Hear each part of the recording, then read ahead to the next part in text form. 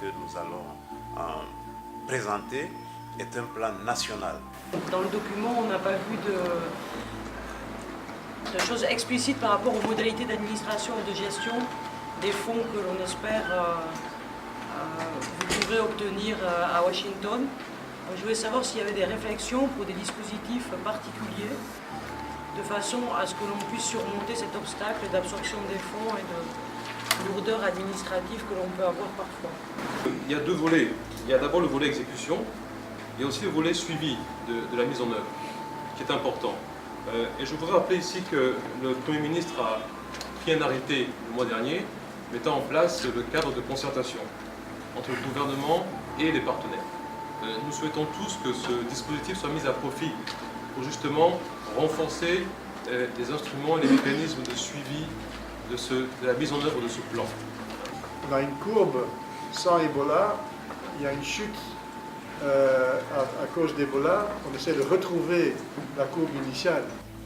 Nous avons visité et travaillé avec l'ensemble des administrations du pays et nous avons fait plusieurs séances de travaux qui nous ont permis sur un mode itératif de conclure en retenant un certain nombre de priorités avec l'assentiment de ces ministères, de ces administrations dont les points focaux ont choisi eux-mêmes les lignes de dépenses qui vont garnir ce programme. Nous souhaitons que le gouvernement et les bailleurs de fonds soutiennent ces propositions-là. Je pense que et les assurances, et les banques, et la microfinance, nous sommes en quelque sorte tous englobés par ce facteur que nous avons tous subi. Ce sont les conséquences de Ebola. Nous devons tous nous mettre dans la logique de soutenir ce programme et que ce soit une des occasions d'une unité de l'ensemble de la Guinée derrière ce qui devrait être important pour le pays. Il y a eu beaucoup d'impact au niveau des entreprises, des femmes ou au niveau des réseaux des femmes, parce qu'on a dans notre structure, on est un peu partout, on a beaucoup de secteurs d'activité, on a beaucoup de filières et ça a beaucoup joué dans le commerce génératrice de revenus des femmes. Cette année, tout ce que, par exemple, les femmes qui sont au niveau dans l'agriculture, tout ce qu'ils ont eu à faire cette année, presque tout a été vendu que ici, à moitié, tout le reste a été pourri ou jeté par manque de... Parce que d'habitude, ils les envoient soit dans la sous-région. Comme on est CEDEAO, on vend un peu dans la sous-région. Cette année, on n'a pas pu faire parce qu'il y a certaines frontières qui étaient fermées.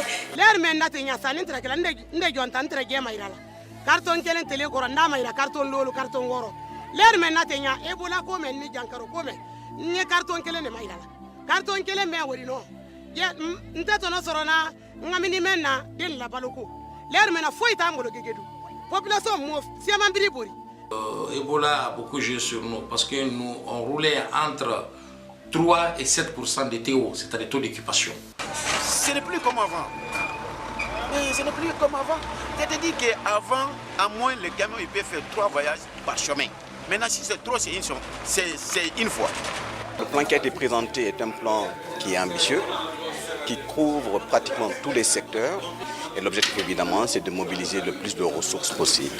Je voudrais réitérer, n'est-ce pas, au nom de la Banque africaine, nous allons accompagner le gouvernement déjà à finir avec Ebola, parce que nous sommes, c'est pas encore fini, on est sur une, c'est pas encore fini, et à avancer sur, n'est-ce pas, la relance post-Ebola, qui est d'abord au niveau des communautés, mais aussi au niveau des secteurs.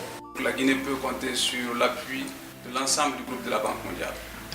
D'un point de vue économique, bien entendu, vous avez un ralentissement de toutes les activités, que ce soit les investissements directs étrangers, le secteur touristique, la production, ne serait-ce qu'au niveau agricole, avec beaucoup de zones qui étaient productrices en termes de céréales, de riz, de produits de première nécessité, qui ont arrêté leur production et qui ont accusé un très grand retard dans l'accumulation de ces denrées. Vous avez également le secteur du commerce qui est en souffrance. La plupart de nos commerçants n'ont pas pu sortir du pays, aller se ravitailler, aller s'approvisionner. Ce plan est une réponse à la crise sanitaire, économique, sociale que notre pays est en train de traverser.